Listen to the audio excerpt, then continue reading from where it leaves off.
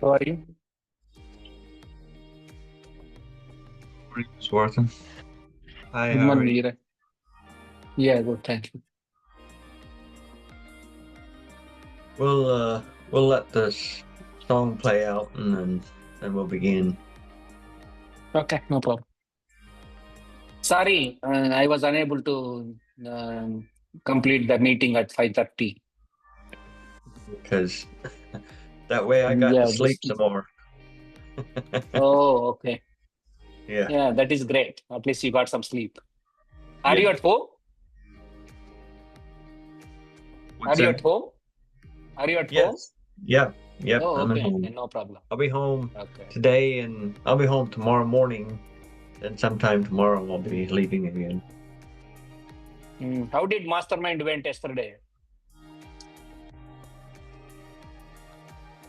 Your mind? Yeah, Jamie Or, Mastermind. I think you guys are oh, doing that's Saturday tonight. call, na? That's tonight at 8 o'clock. That is Saturday night at 8, na? No? No, Sunday night. Oh, Sunday, Sunday yeah, night. Sunday evening. Yeah. Yeah. We just did it once on only one Sunday yet that we did it, but they, we used to have it 3:30 Wednesday afternoon, but Mm. then he changed it to 8 o'clock Sunday evening because not everybody could make it. Mm. So,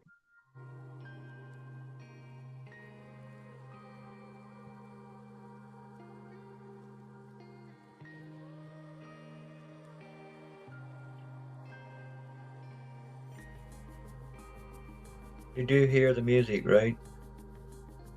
Can you hear the Very music light, I think. very No, lightly? I think I don't no. hear I didn't hear. Mm. it now. Yeah, I can hear now. I guess yeah, I didn't have it turned up very high, and then but yeah, okay. Mm.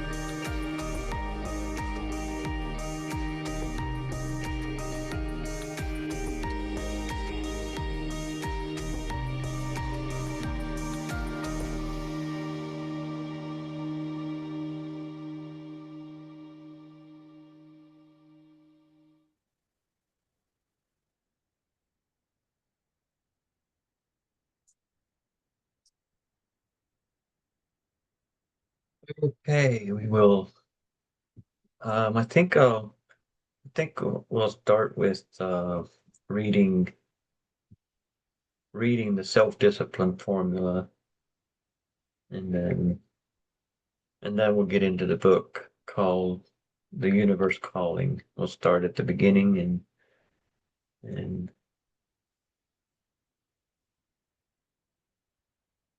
Okay.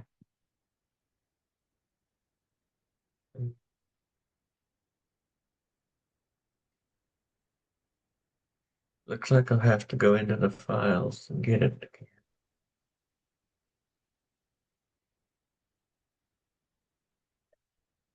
Here it is.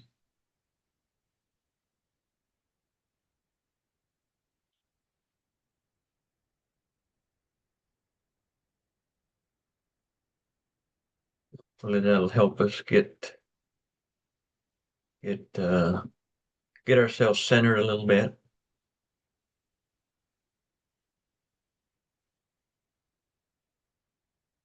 There it is.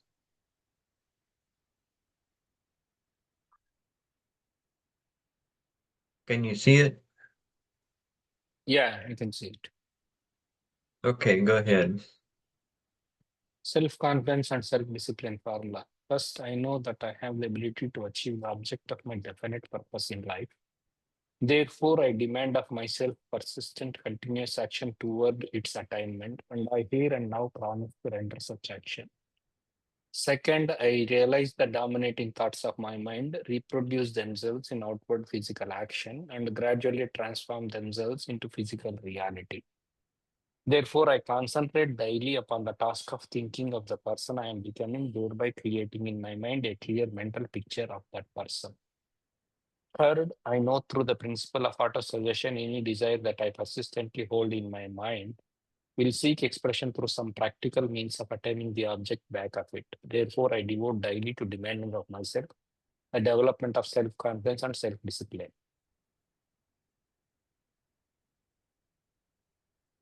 I have I've clearly written down a description of my definite chief aim in life, and I will always align with sufficient self-confidence and self-discipline for its attainment.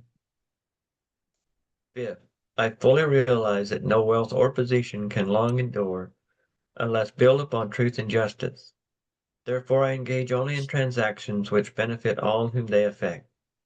I succeed by attracting to myself the forces I wish to use and the cooperation of other people. I induce others to serve me because of my willingness to serve others. I eliminate hatred, envy, jealousy, selfishness, and cynicism by loving all humanity, because I know that a negative attitude toward others can never bring me success. I cause others to believe in me because I believe in them and in myself. I have signed my name to this formula and committed it to memory. I repeat it aloud daily with full faith that it will rapidly influence my thoughts and actions so that I become a self-reliant and successful person. Today's date is September 21, 2025. Print your name and sign it. And so it is. All right. So now I will share the book. Mm. And- Record it Yeah, clearer. yes, I'm already recording. I don't see that you are recording. You know, Recording. Yeah, yeah, correct. Yeah, yeah. fine.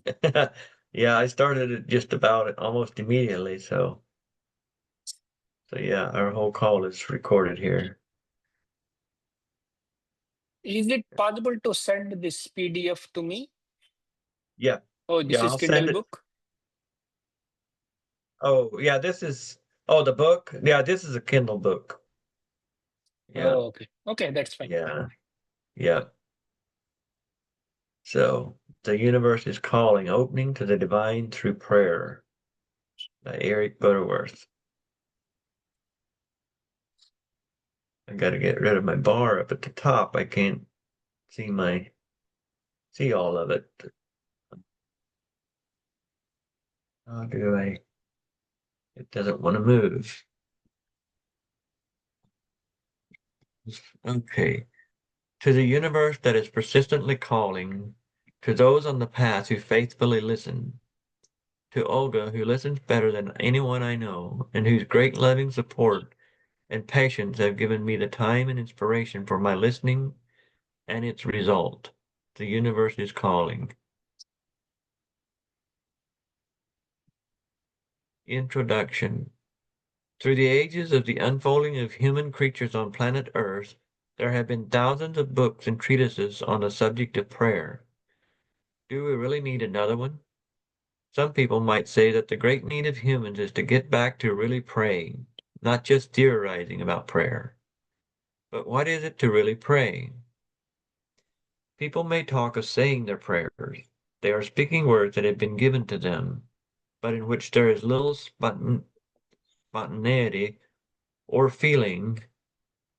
We teach our children to say their prayers before they go to bed, and they use words given to them such as, "Now I lay me down to sleep."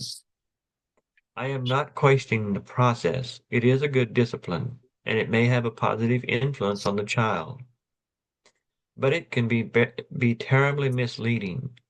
Unless children have the right idea of their relationship with God, they will grow up with a God up there attitude, and later in life they will still be saying their prayers without the slightest idea what prayer is or how they should be praying. So there is a great need to unlearn errors. Jesus made it clear to his troubled disciples that though they were praying amiss.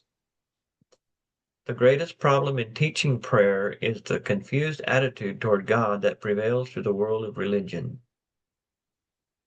Michelangelo's classic figure of a muscular god reaching down from the skies, touching the finger of the outstretched hand of a human creature, is a good example of how great works of art have often made for bad theology.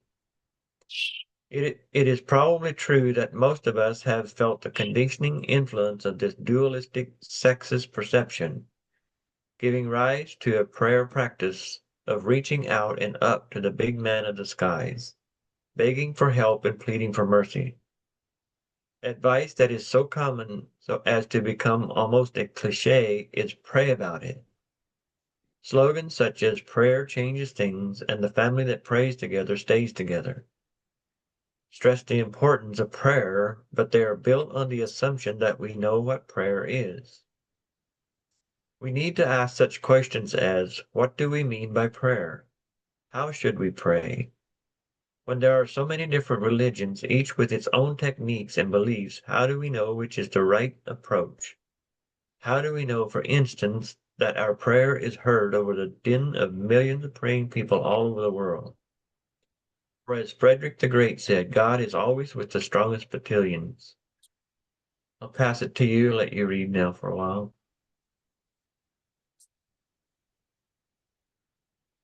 Are there not underlying principles by which prayer operates?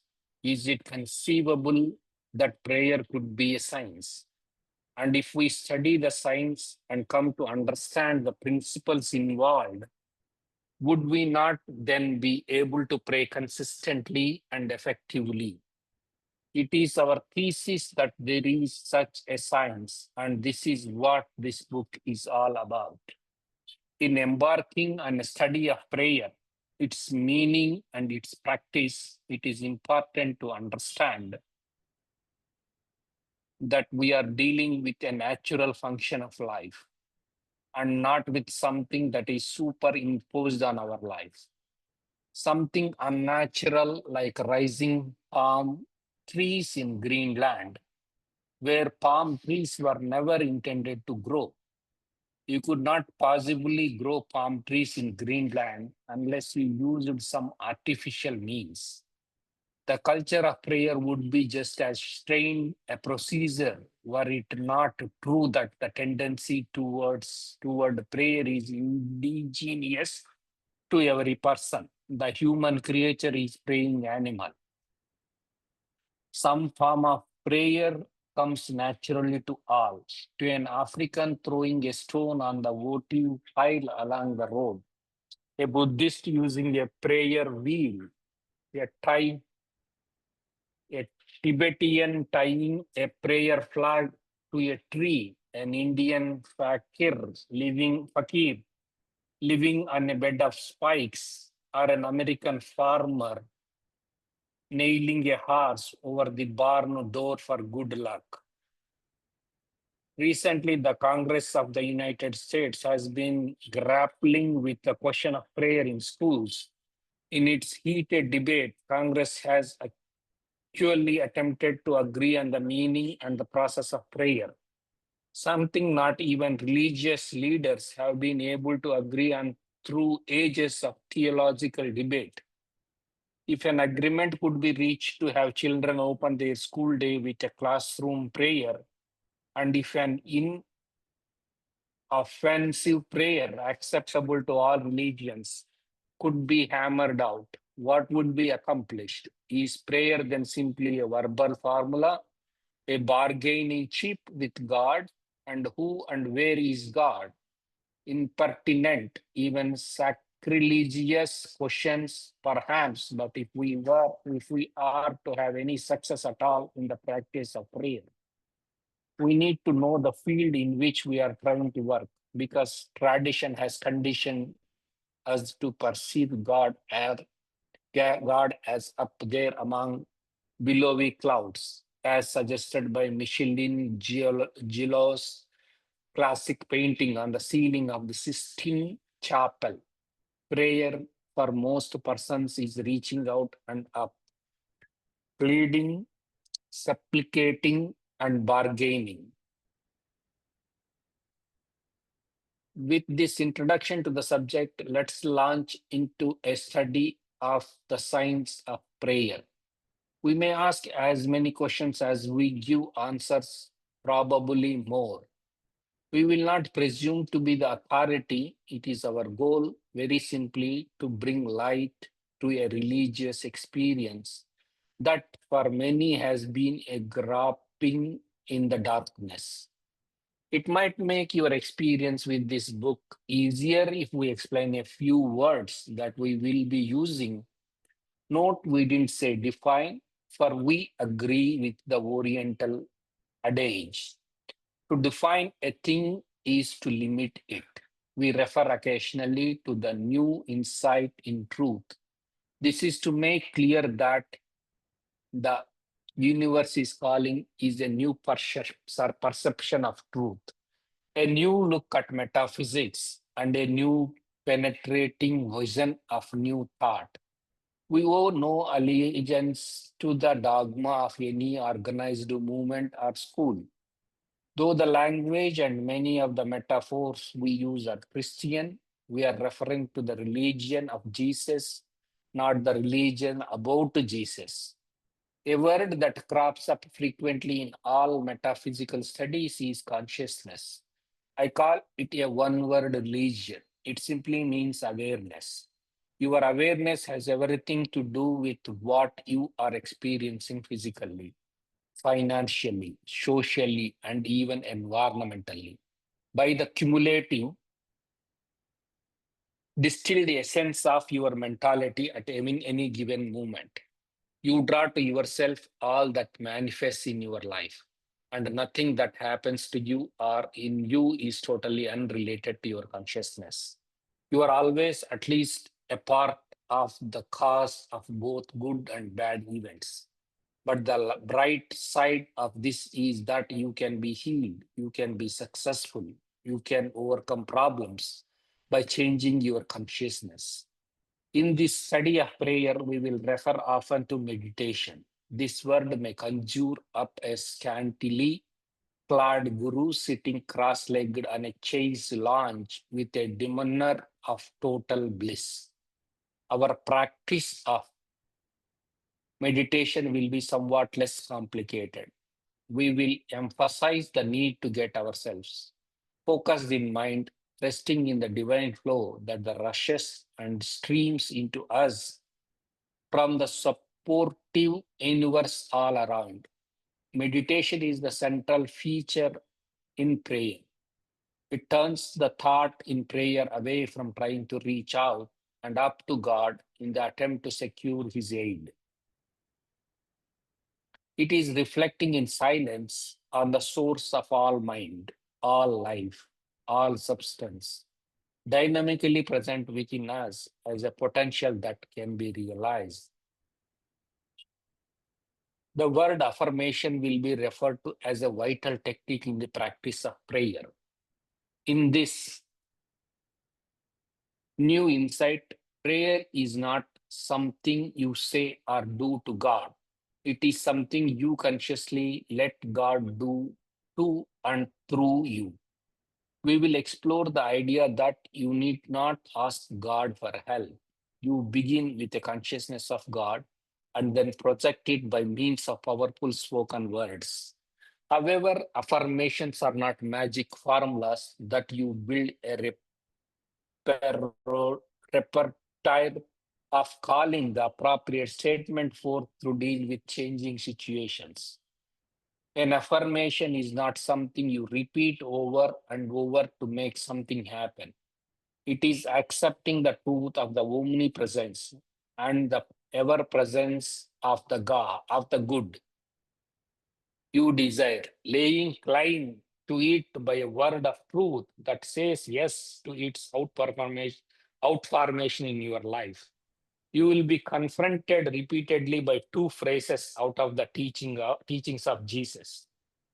The repetition is by design, for we want the ideals to be embellished on your consciousness. For this is how Jesus dealt with the idea that the universe is calling. Here are the phrases. Your father knows what you need before you ask him. It is your father's good pleasure to give you the kingdom. I want to pause there for a little bit and go back to the other page. Um, an affirmation is not something you repeat over and over to make something happen.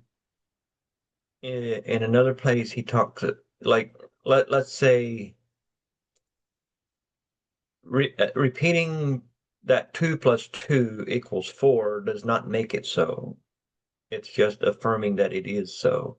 And so that's what I think he's trying to communicate here is that affirmations are not to make things happen, but accepting the truth that it's already present. So, so that's, and I think that's why many of us don't actually see the manifestation is because we're still looking for it, trying to make it happen. And so my goal here, one of my goals here is to get into this practice of, more fully accepting what already exists, and instead of, trying to reach out and bring it to me.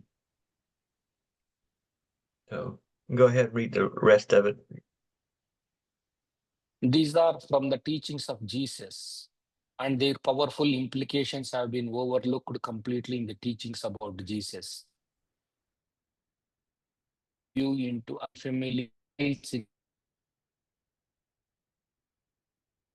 you have lose but illness, and to gain a new experience, allness.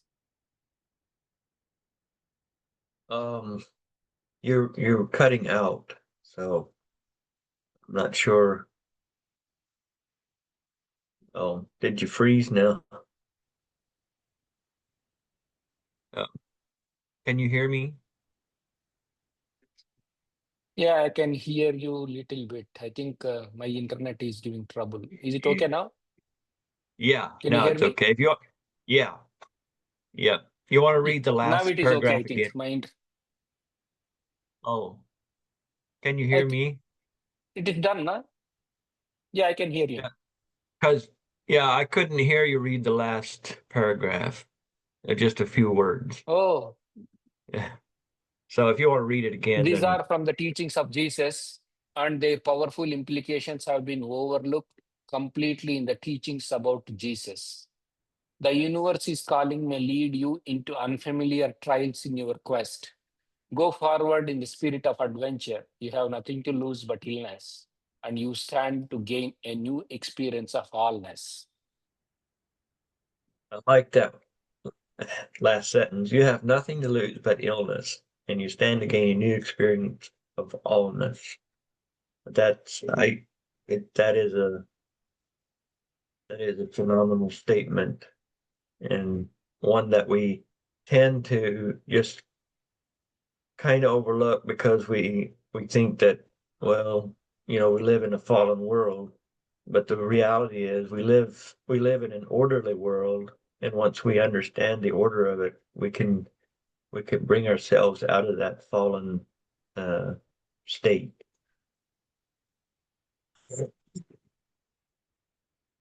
You have anything you want to share? Any thoughts you want to share about what we've read so far? I think this is all introduction, I think, before the book starts. It looks Okay. like very deep into the thing. It's like too deep knowledge, Mhm. where it's very difficult for common man to. understand this, I think. Yeah. Yeah, you're right. It is. It's and the phrase where he says these are from the teachings of Jesus and their powerful implications have been overlooked completely in the teachings about Jesus. So yeah, my my thoughts have long been on, we have just in the book of Matthew, I think there's 26 or 28 chapters, and there's only 3 chapters that speak about his death and resurrection. So what about all the other chapters? What are we supposed to get out of that? And I think it's important that we get back that, those teachings that he gave, because that is the essence of why he came. Not, I mean, the, the death and resurrection represents the dying to the ego and ascending and arising from, to a newness of life, to because without that we could never do the things that he taught, because he said these things and even greater will you do.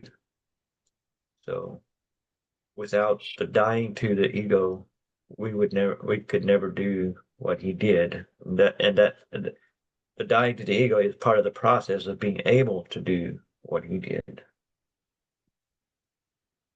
So, prologue. Come with me to my favorite retreat of the mind. Sit with me in a lovely mountain meadow in a field of golden poppies, and reflect with me on a great thought. As I snap my fingers, imagine that the earth disappears from beneath us and we are in space, with the moon and the sun looming large before us. I snap my fingers again and the moon disappears, and again and the sun disappears. Now we are deep into outer space, in a great vault of the universe. We are within a canopy of stars around us on all sides, and they appear to be sending their shafts of light specifically to us, like supporting hands of the universe. Rest for a while in this image and feel the universe rushing, streaming, and pouring into you from all sides while you sit quietly. Now you may be wondering, is this praying? Certainly not as the world prays, for you are the center of the universe or of God. Is there a difference? God is a presence who is totally present, so there is nowhere to bow down and worship him, even within yourself. Can you sense the awakening to a new insight into God and yourself? Not someone to pray to, but the focus of the infinite idea being projected into visibility as you that you pray from. The universe is calling. It is the call of Prometheus, a restless urge that keeps you forever reaching for the higher and is inescapable of settling for anything less. It is an inner voice that whispers, "This is not good enough. Life must be more than this. There must be a better way to live." I agree with that. Prometheus, I don't know what that word is, and I don't know if I'm pronouncing it right. You have any idea what it means or what it is?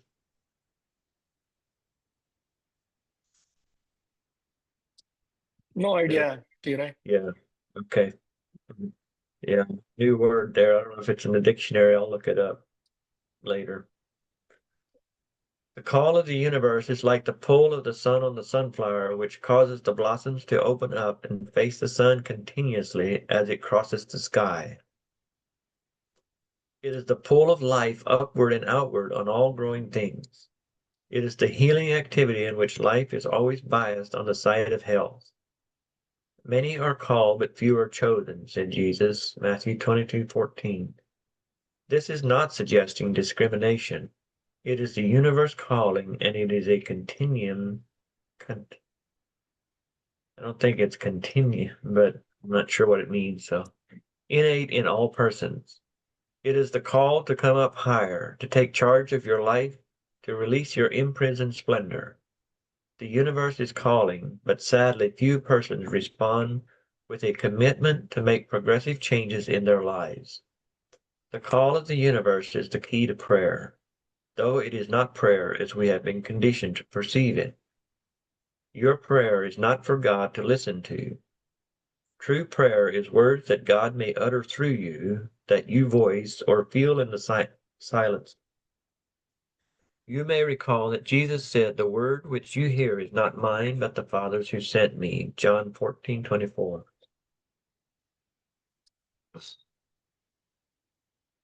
We are brought back from the imaging experience by the loud bong, bong, bong of the bells in the cathedral over on the hill, which suggests a brilliant metaphor. The weather vane on the steeple is pointing north, but it does not make the north wind blow. It simply registers the direction of the wind. And when we pray, we do not cause God to spring into action. Rather, in our praying, we are hearing the call of the universe and responding to it. Perhaps it is a startling insight, but think about it. Try it. The universe is calling. Are you listening? Okay, we still have about 28 minutes, so we'll begin on this chapter if you want to go ahead and start. Chapter 1, A Short History of Prayer. The poet sings, "Hope springs eternal in the human breast." The reason is that every normal person has wishes and dreams of better things. Within every person, there is an intuitive sense of the transcendent, an inner knowledge that there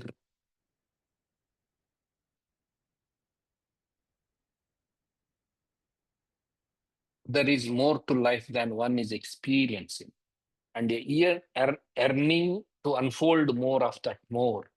No matter how realistic or humanistic we may be, we still look up. We have aspirations and dream impossible dreams that here and there have become possible. It is this sense of the transcendent that has lit the fires on every altar, built every temple and shrine, made every creed articulate, and supported every prayer through all history. It is the universe calling to human creatures, relentlessly urging them to come up higher.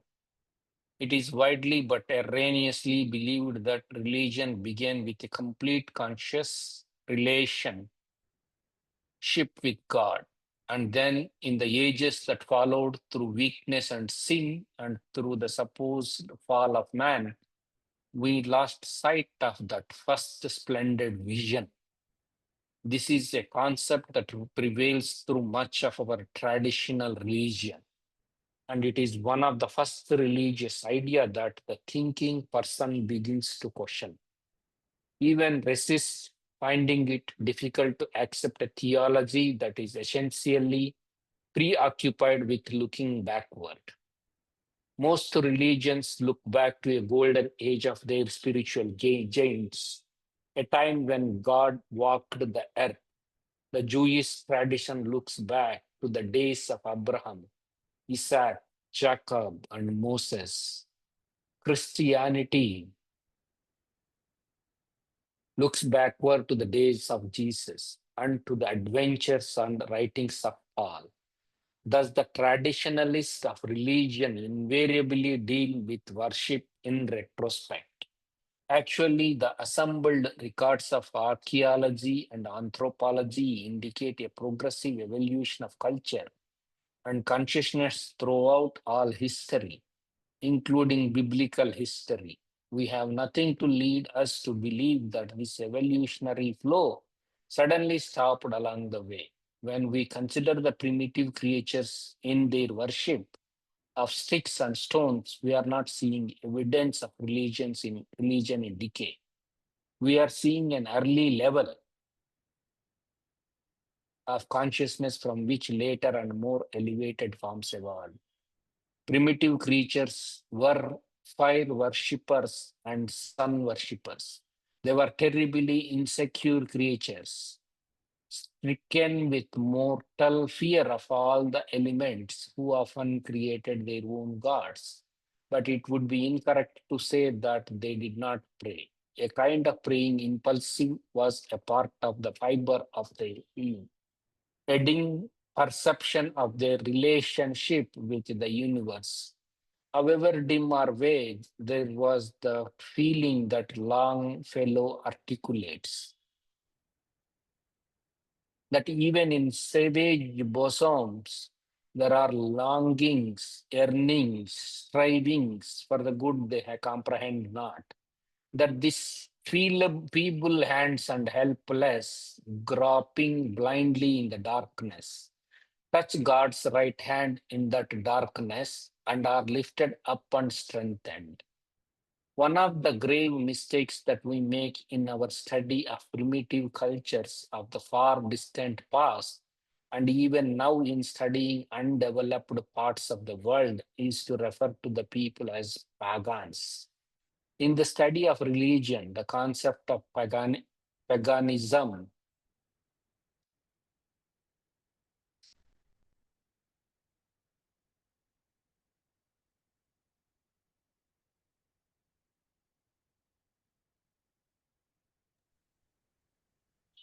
Can you see the next page?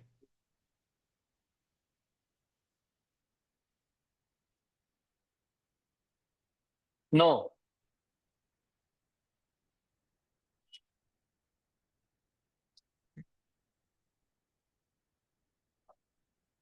You're slow again.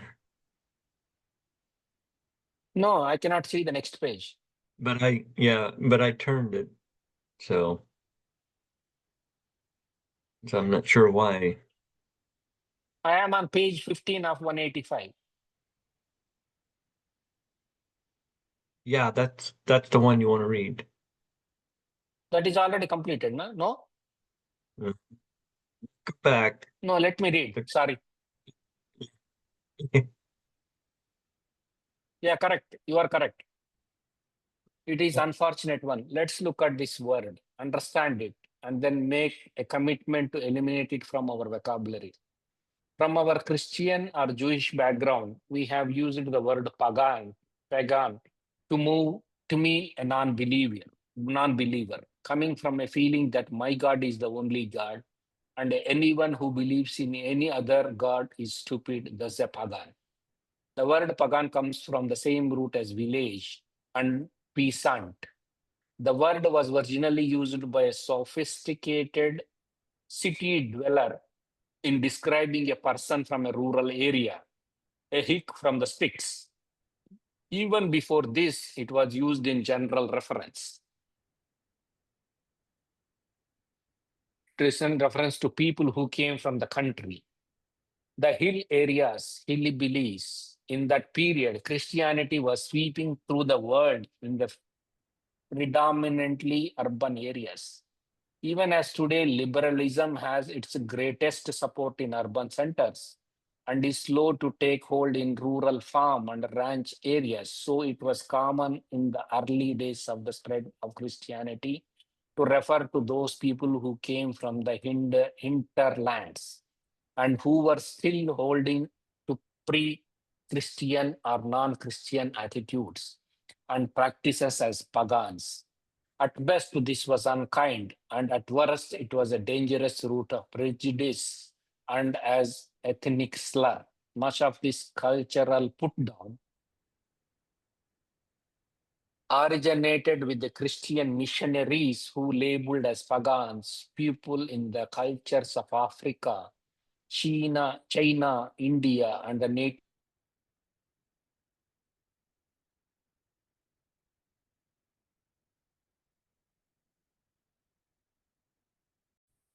instinctive reverence for any power or powers that they believed might help or harm them. So when a bolt of lightning struck and killed a brother, they were possessed by a sudden fear of lightning, which in their primitive mind was interpreted as reverence. The lightning became a god. Soon the primitive creatures built an altar to the new god, on which they made sacrifice of appeasement to prevent the lightning from doing them further harm. In early times, and even surprisingly in relatively sophisticated cultures, the sacrifice was in the form of human flesh. Later, the practice evolved into a mere symbolic gesture. We may have a more realistic understanding of the Bible if we note that the practice of human sacrifice as a form of the worship of Yahweh was still a strong memory as the Bible narrative burst upon the evolutionary scene. A glaring example is that instance where Abraham took his son Isaac up on a mountain with the intent of sacrificing his life to Eva, that he was dissuaded at the last moment from this act of human sacrifice should not blend us to the fact of its possibility in Abraham's culture at the time. Burnt offerings and animal flesh were a central part of the temple worship all through the Old Testament, with lines of squealing lambs being led to slaughter, smoke burning the eyes, and obnoxious odors emanating from the ceremonies of worship. The house of God was not a very pleasant place to go for contemplation. Shocking as it may be to consider the richly adorned altar of the modern church is the carryover of the veritable butcher, black on which life was once slaughtered. Such is the evaluation of ritual. The Hebrew prophets cried out for reform. If you are interested, you might read Isaiah. However, the slaughter of animals on the altar continued almost up to the time of Jesus. We can sense this in the view articulated in prayer and song that Jesus was the Lamb of God who was sacrificed at the altar of the Lord to take away the sins of mankind. It is the basis of that most hideous of Christian concepts, the vicarious atonement. It was and is an interesting commentary on the God concept that did and do prevail.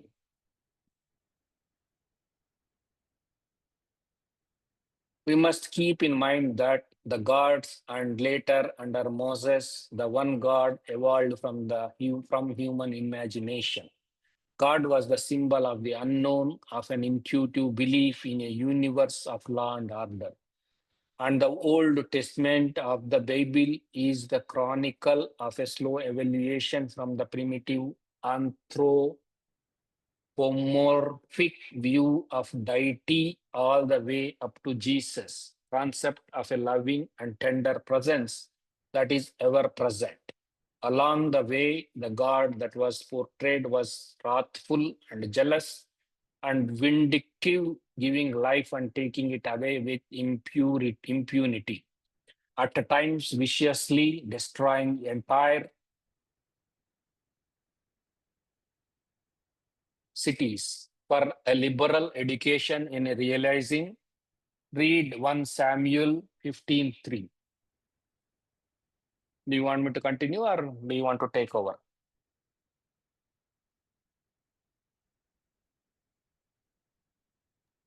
Forgot I was muted. Yeah, I can take over. Thank you. Out of this concept of God evolved the doctrine of God's will. God brings troubles and even death to us, supposedly for some inscrutable reason he has. Thus, if only we can get God's ear and prove our penitence through offerings and sacrifices, our fervent plea may be heard and our prayers answered. At least this is what we have been taught. Elaborate prayer doctrines have been built on this structure of confusion of God and the nature of the universe. The healing idea in Protestantism is usually dealt with under the label of intercessory prayer. It implies that one must plead with God to attain healing. implying that he has either willed a condition or at least acquiesced in it. So, through pleading and bargaining, we hope that God may have second thoughts, saying, well, I guess John is sincere in his penitence and he does seem worthy. I will take a chance on him. I will heal him. We may wonder, too, how all our complicated rituals came about. The church all but insists that these are set down by God. If we look to earlier times, we see that prayer for the primitive creatures was unstudied and spontaneous. Often, it was a simple outcry of the human heart seeking help and protection, reaching for something more. We see this colorfully demonstrated in the Native American who went alone to a high hill and with his head imperiously held high looked out into the vastness of the heavens with outstretched arms in a kind of embrace of the whole universe. His prayer was unstudied, spontaneous, wordless. No incantation, no ritual, no repetition of words. In some way he had a subconscious feeling of the wholeness of things. Perhaps he sensed with Gibbon that prayer is the expansion of oneself into the living ether. Prayer and worship became formalized, ritualized, but not as a more effective means of communication with God. It was rather because of the trend towards specialization in urban societies. In any tribal organization, individuals were assigned special duties, one of which was the role of the medicine man or tribal priest, whose duty it was to keep the evil spirits away. Thus, while the others went off hunting or waging war, the designated person, the holy man, remained behind to keep the purifying fires and to scatter the magic dust on the ground. With obvious modifications, we can see this system at work under Moses' leadership of the Israelites in the wilderness. The completely disorganized mass of ex-slaves was formed into 12 tribes. One of the tribes, the Levites, was designated as the priestly tribe. Actually, since the government being formed was a theocracy, the Levites became the bureaucracy, with the tithes and offerings to the temple representing a form of taxation. We can see this practice of specialization today in the minister or priest or rabbi who is given the responsibility to do the praying. It is something like having a lobbyist in Congress. The clergyman is the lobbyist with God, pleading your case, interceding with the divine will. The clergyman is the prayer specialist, so a layperson who prays at all simply uses the formal prayers, incantations, or even affirmations furnished by the minister. This is seen at its most ludicrous when someone comes to a spiritual counselor for prayer help, outlines the problem, and then possibly dropping a contribution on the desk says, take care of it for me, will you? It is a serious point. Let's think about it. Another person can't breathe for you, nor do the praying for you in the sense that it is something extraneous to you any more than I, if I were a physical culturist, could exercise your lungs for you.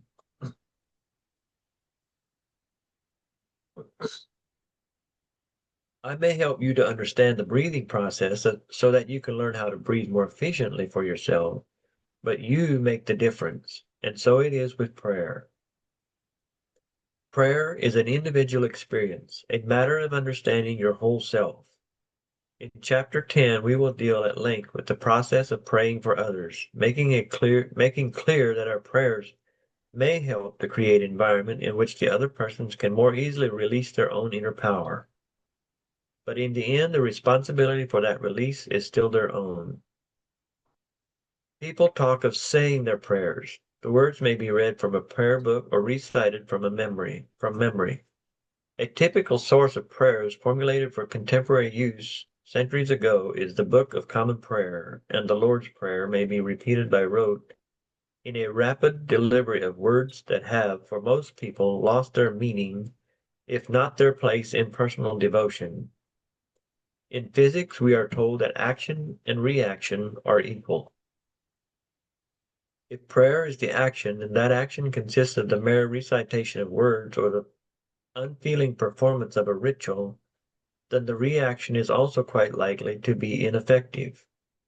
Little wonder that many thinking people question the validity of the practice of prayer as a reasonable approach to life's experiences. Prayer for most of us, playing out the traditional worship practices that have evolved from tribal rituals of antiquity, may be something we hurl at God. It may be a performance put on for eyes and ears other than our own. It is important for every person to make a careful examination of their own personal God concept. This means honestly and courageously stepping back from the liturgy, even the Mass of one's church. It doesn't have to mean an act of rebellion against the faith of our fathers. Rather, it means that we need to discover ourselves as individual expressions of the universe and to know that there is a kind of personal prayer that is turning within, knowing our oneness with the Source, and through affirmation, not supplication, giving way to the creative process. We can't let our grandfather do our thinking or praying for us.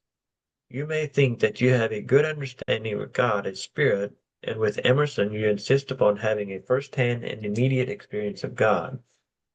And yet when you pray, either silently or in public, you may act out your childhood perceptions, talking to God, reaching out and up to God, bargaining, supplicating. Emerson challenges us to break with the God of tradition, that God may fire us with his presence. It may be startling to you to hear it, but both the scriptures and the historical church deal with an absence of God, a worship in retrospect.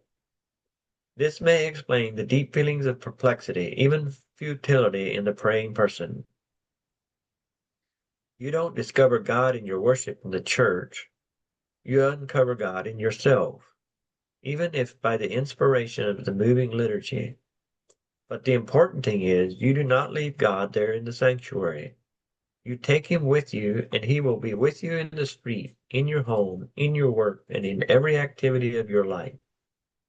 Discover God's presence. God is an allness in which you exist as an eachness. As I say, discover the power within you. God is not in you in the same sense that a raisin is in a bun. That is not unity. God is in you as the ocean is in a wave. The wave is nothing more nor less than the ocean expressing as a wave.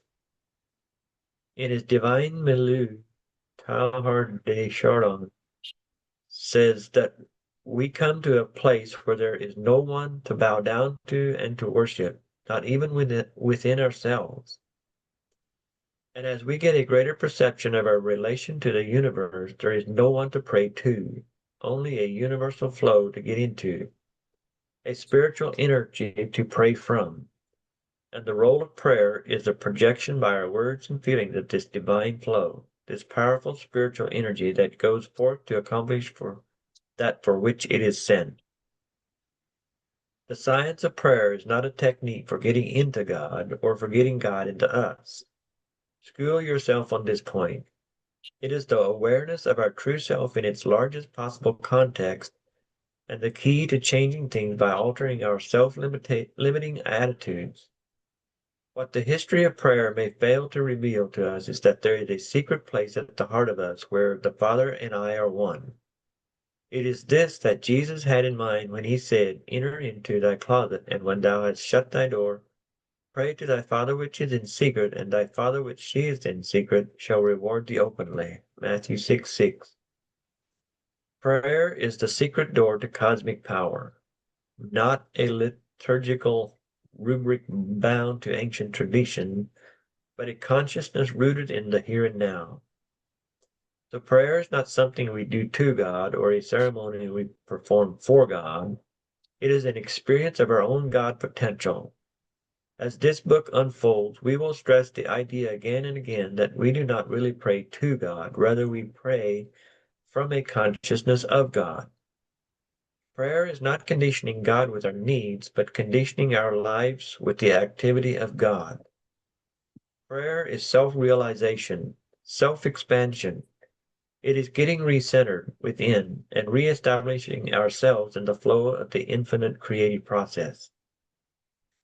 There have been so many powerful realizations of the presence of God and the withinness of prayer in the writings of poets, saints, and mystics down through the ages that one wonders how we could have failed to grasp it. Holding tenaciously to the anthropomorphic concept of God sitting up there on a billowy cloud with a long white beard and a big black book. Significant are the lines of Wordsworth. A sense sublime of something far more deeply interfused, whose dwelling is the light of setting suns, and the round ocean and the living air, and the blue sky, and in the mind of man, a motion and a spirit that impels all thinking things, all objects of all thought, and rolls through all things. Okay, so we made it through that one. So there was something back there that I thought was uh, that I wanted to talk a little bit about. I should have stopped right there. It had to do with um, oh, maybe that Emerson challenges us to break with the God of tradition, that God may fire us with his presence. Napoleon Hill talks about uh, becoming or connecting with our emotions.